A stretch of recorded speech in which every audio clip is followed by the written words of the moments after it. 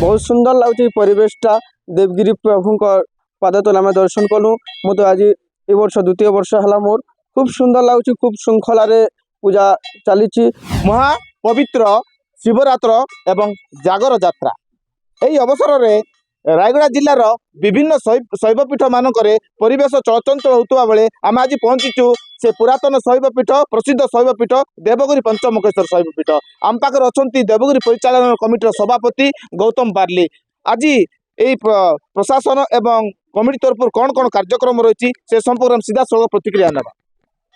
नमस्कार, मु देवगिरी पूजा कमिटी सभापति गौतम बार्ली। आज आम देवगिरी शैवपीठ उपलक्षे समस्त को हार्दिक अभिनंदन और शुभेच्छा जनाऊे। 7 दिन धरी आम यात्रा चालू रहा।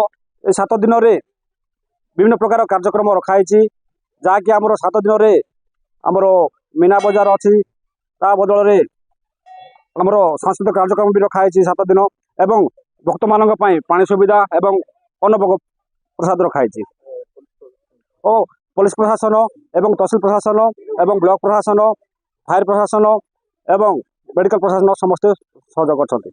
निश्चित भाव ये आमर देवगिरी परिचालन कमिटर सभापति गौतम बार्ली। आउ जड़े आमर भक्त अच्छा सीधा चल प्रतिक्रिया ना। भाई कौटी आसते? नमस्कार, मु युवा कवि देवेंद्र हंस सुदूर नुआपड़ू आसी।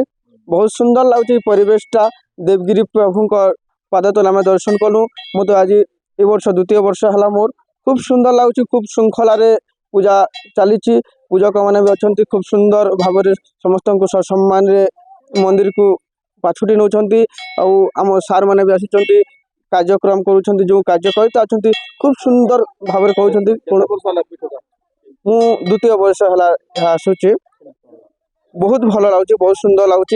आगर शुणुली रायगड़ा जिला उपात अंचल कल्याण सिंहपुर पाखे गोटे देवगिरी अच्छी बहुत भल जगह बोली आगर शुणुली किंतु मु 2 वर्ष है आसूची। सतरे खूब सुंदर लगुच।